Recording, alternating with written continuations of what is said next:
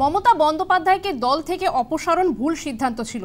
বর্ষিয়ান কংগ্রেস নেতা প্রদীপ ভট্টাচার্যের এই মন্তব্যে তোলপাড় রাজনৈতিক মহল।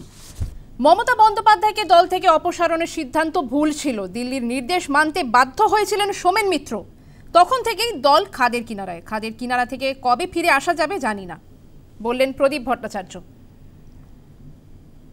ঠিক কি বললেন প্রদীপ ভট্টাচার্য শোনাবো। মমতাকে অপসারণ ভুল। যেদিন বাংলার বর্তমান মুখ্যমন্ত্রীকে এক্সপেল করা হয়, আমি সেদিন শ্রীরামপুর থেকে ফিরছিলাম। আমি তখন শ্রীরামপুরের সাংসদ।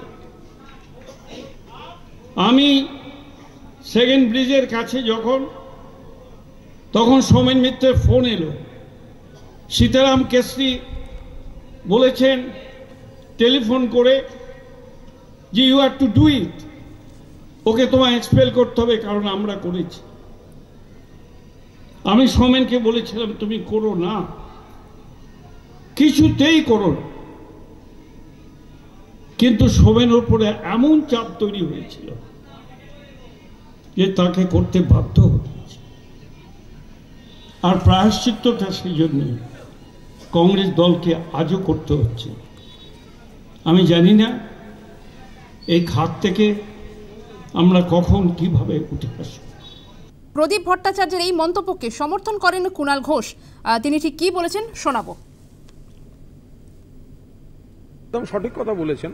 তার কারণ কংগ্রেসের মধ্যে মমতা বন্দ্যোপাধ্যায় তো সিপিএম এর বিরুদ্ধে, সিপিএম এর অপশাসন সন্ত্রাসের বিরুদ্ধে লড়তে যাচ্ছিলেন।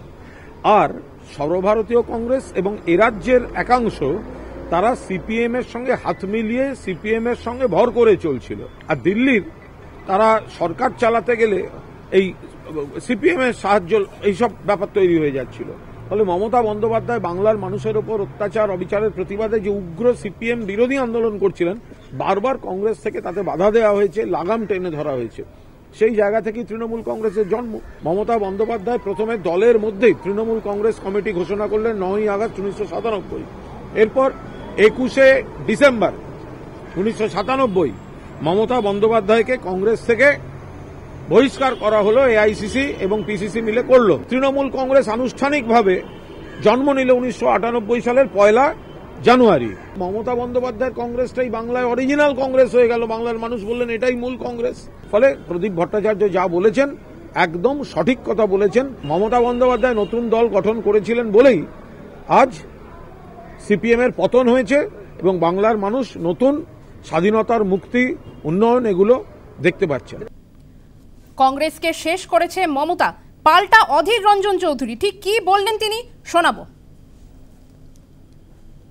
বলতে পারে সে একটা সিনিয়র লিডার, কারণ তাদের আমলেই দল থেকে বহিষ্কৃত হয়েছিল।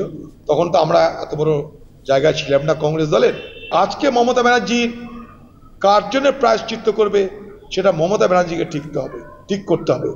এই রাজীব গান্ধী না থাকলে মমতা ব্যানার্জির নেত্রী হতো না, সোনিয়া গান্ধী না থাকলে মমতা ব্যানার্জি মুখ্যমন্ত্রী হতো না। সেই কংগ্রেস দলকে খতম করার অভিযানে যিনি নেতৃত্ব দিয়েছেন এ বাংলায় তিনি মমতা ব্যানার্জি। তাই আজকে কারোর আফসোস হতে পারে, সামনে রাজ্যসভা ভোট আছে, আজকে আফসোস হতে পারে, কিন্তু আগামী দিনে ইতিহাস প্রমাণ করবে যে এই বাংলার মুখ্যমন্ত্রী মমতা ব্যানার্জি শুধু কংগ্রেসকে নয়, এই বাংলার যা সংস্কৃতি, শিক্ষা, সভ্যতা সমস্ত কিছুকে ধ্বংস করে এই বাংলাকে বর্বরদের রাজ্যে রূপান্তরিত করেছিলেন। কে ব্যক্তিগত প্রায়শ্চিত্ত করতে পরামর্শ দিয়েছে তার ব্যাপার। এই প্রসঙ্গে আমরা কথা বলেছিলাম বিজেপি নেতা রাহুল সিনহার সঙ্গে। তিনি কি বলেছিলেন শোনাবো। দেখুন, বিষয় হচ্ছে পার্টির ঘরোয়া বিষয়, ওই নিয়ে আমরা বিশেষ কোনো মন্তব্য করতে চাই না। তবে মমতা ব্যানার্জিকে নিয়ে যদি কংগ্রেসের ক্ষতি না নিয়ে, মানে সরিয়ে যদি কংগ্রেসের ক্ষতি হয়ে থাকে, সারা দেশে কাকে সরিয়ে ক্ষতি হয়েছে? আসল কথা কংগ্রেসের নীতি সারা দেশে পর্যদস্ত হয়ে গেছে। কংগ্রেস যে কাজ করেছে সেই কাজের ফলে সারা দেশ জুড়ে কংগ্রেস মুছে যেতে শুরু করেছে। সেই কারণের জন্য কেউ ব্যক্তি স্বার্থে এই জাতীয় বক্তব্য রাখলে সেটা কাউকে প্লিস্ট করার জন্য সেই বক্তব্য আছে, কিন্তু বাস্তবের সাথে এই বক্তব্যের কোনো মিল নেই।